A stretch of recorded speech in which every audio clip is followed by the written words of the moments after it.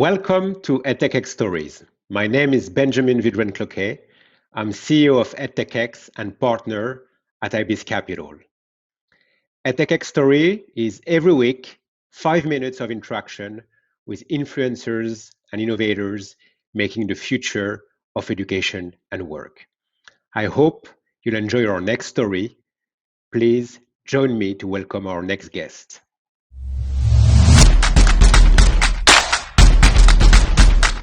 Hello, my name is Jeff Maggioncalda. I was born in 1968. I was born in Bellevue, Washington, grew up in Pacifica, California. I currently live in Santa Cruz, California. I'm the CEO of Coursera, and I'm here to talk about how education might create a more just world. Jeff, I'm delighted to have you with us. Welcome. You are the CEO of Coursera. And before we talk about business and education and learning, let me start with a personal question.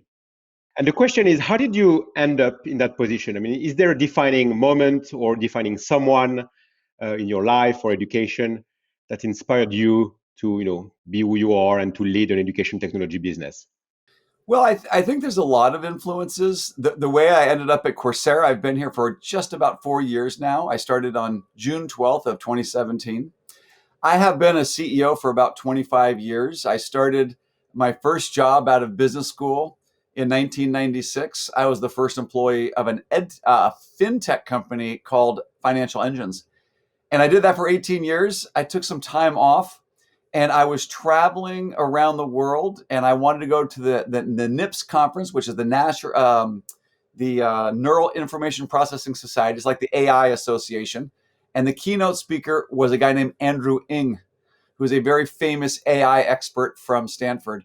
I saw him speak in December of 2016, and I got a call about 3 months later asking if I was interested in applying for the CEO role at Coursera. Complete coincidence, but to some degree, Andrew had captivated me when I was in Barcelona, and I really thought that the power of education could change the world. So I begged for the job, and I'm lucky that they gave And it. you got it, and you got it.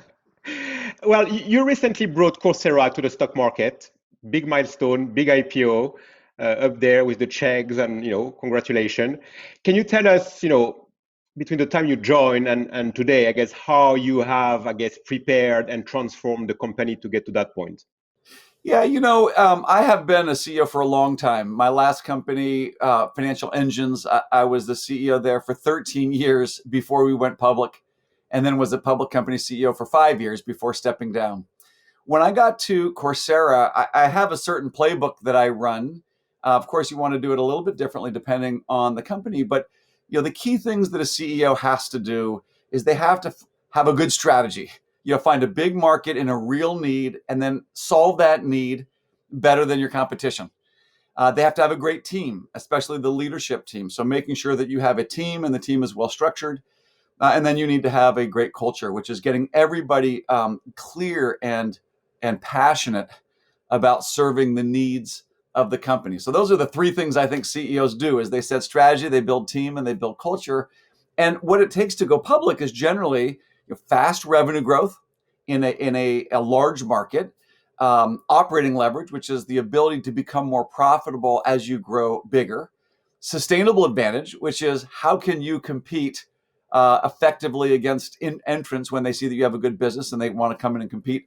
And then the final one is what I call institutional integrity, which is making sure you have the professionalism, the governance, the processes, the systems, so that you can report accurately and error-free to investors. And so I started putting those things in place. Of course, the company was in great shape when I got here in 2017. The demand for online learning with COVID and other external factors sort of took off, and we were in a pretty good shape to go public. And is there one thing that, when you arrive, you say, oh, I need to change this, or not really? I think there were a couple things. I think that most of what the company was doing at the time made a lot of sense. They were big markets, there were real needs, and we had a good advantage in going after them. I would say that what I tried to do is really articulate that in a clear way. And I'm a big believer, especially for leaders and for CEOs, in what we call systems thinking, which is looking at your business as a system and how the components fit together so that everybody can be synchronized and reinforcing their activity. So a little bit of clarity there. And then a big thing that I did is I changed the organizational structure. I found the structure to be pretty confusing and pretty hierarchical. And I created a much flatter organizational structure so that we could collaborate better as an executive team. Okay. Let me go back to, Coursera mission statement, and I'm going to read it now, which is to provide access to the world's best learning experience to anyone, anywhere. And I guess my question is, how do you make the digital experience better than the physical one when it comes to learning? And just to share a thought on this, my view of the world is, as digital goes mainstream, I think that live and experientials tend to reinvent itself as premium. Take the example of music. Live music is growing. Live sport becomes premium. Retail, same thing. How does that play in education or learning from your standpoint? I think you're spot on. I think you're spot on because my first reaction is you don't want to make the digital just like the real. They will find a way that they complement each other, and obviously because the physical has a lot to do with physics, people's time and space. It's almost always more costly. That probably will be the premium experience. But like you said, if you think about music and someone said to Spotify, what are you going to do to try to make digital music the same as going to a concert?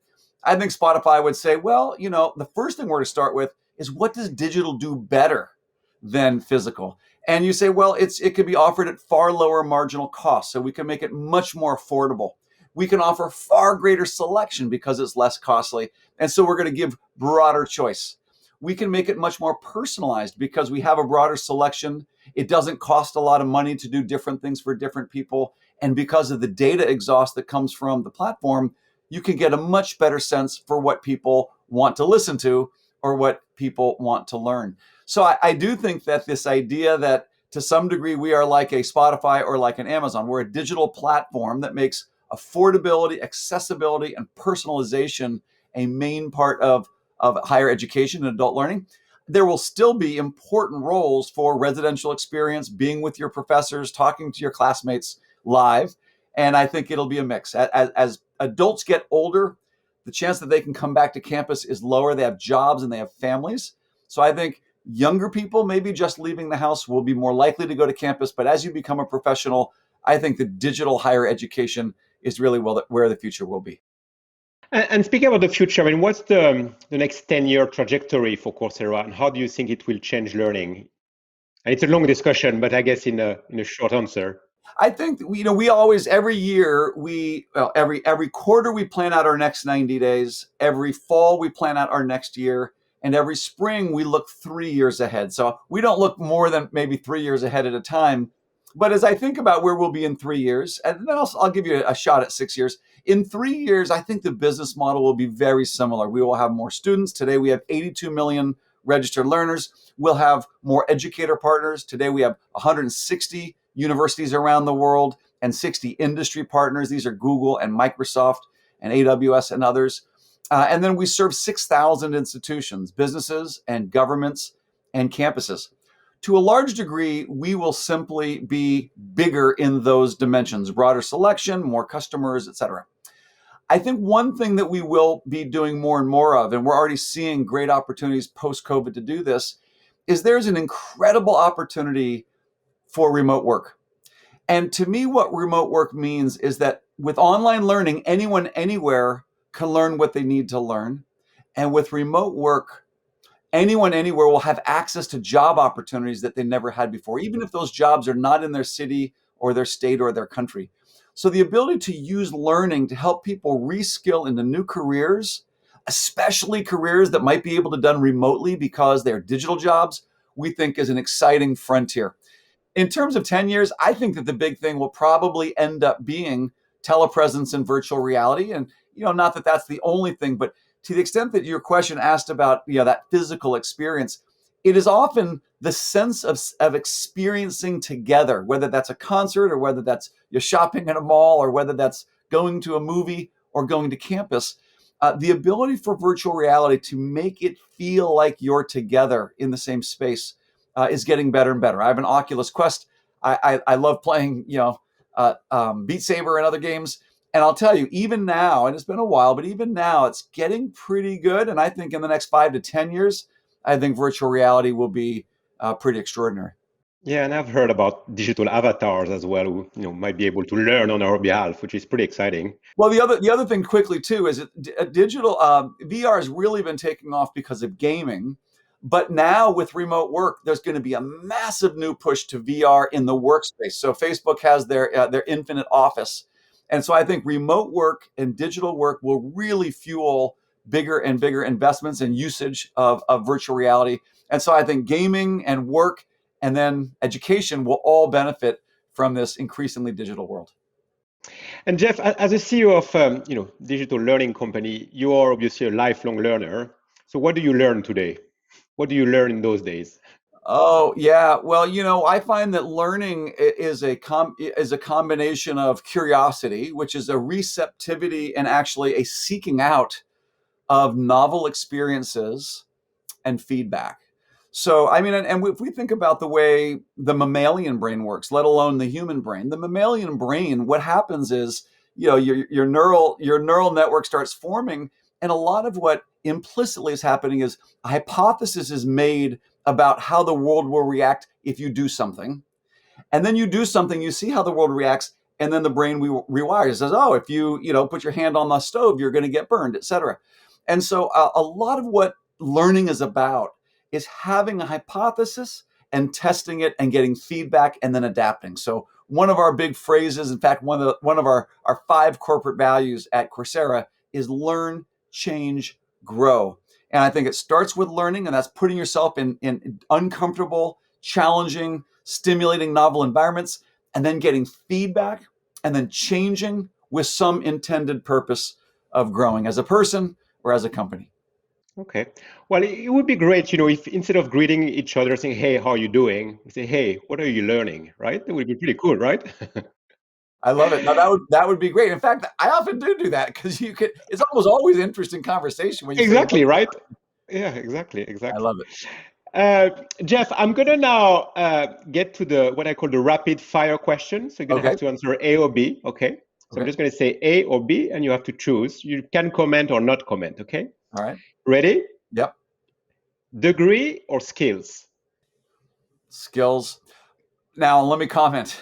As a young person, getting a degree is really important. There's something cohesive about getting the whole curricular experience and often the collegial experience of getting a degree. The reason I said skills is because the degree is what sets you off in your career in the very beginning.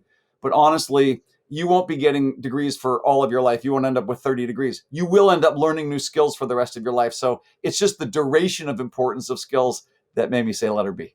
Okay, I have 5 more. Okay. State school or private school? In terms of what's most important for society, state school. In Okay, terms of where my daughters went, to be honest, it was private school. good. Thank you for the honesty. Profit or impact? Impact, impact. And I think that those go together. I think the most impactful companies, for good or for bad, are those companies that have the resources to really hit a certain level of scale and reach.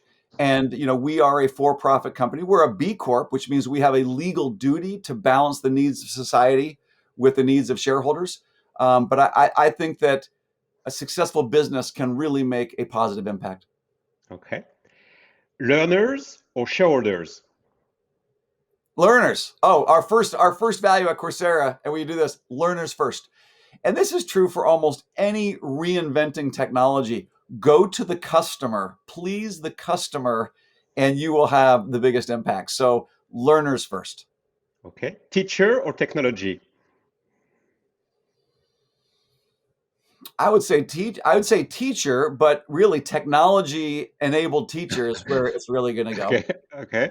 And the last one, grit or grades? Oh, grit, for sure. For sure.